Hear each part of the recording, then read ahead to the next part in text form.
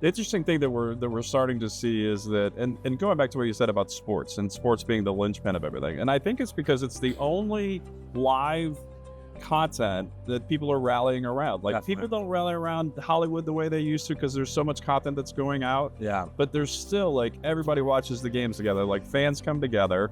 And so it's like that one area where there's this communal knowledge, right? Like everybody has the same context. Right? They may like different teams and fans, but it's like we love soccer, or we love, European football, or we love baseball.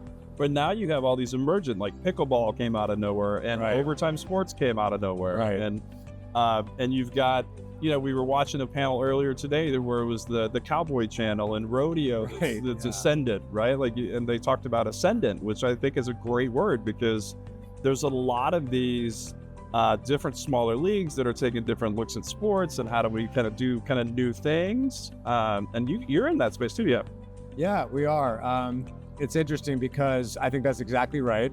I don't know, it's almost which came first, the access to all these things, or now sports is such a big thing that we need more access to get to them. And it doesn't really matter. It's kind of all happening at the same time. Yeah.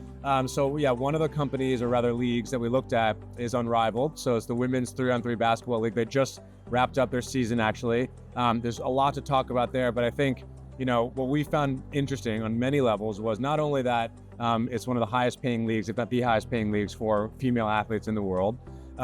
We think that because it's an upstart league, drafting off the success of, awareness around Caitlin Clark and the NCAA, but also the W itself, it also had the freedom to be kind of unshackled from kind of legacy media stuff, although they ended up partnering with legacy media. Sure.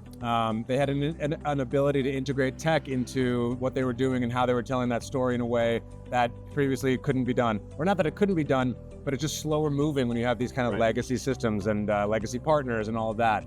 So we really liked it because, for all the reasons that put the female athletes first and, celebrated the female game, what we like about it is that there's so many vectors for where it can go.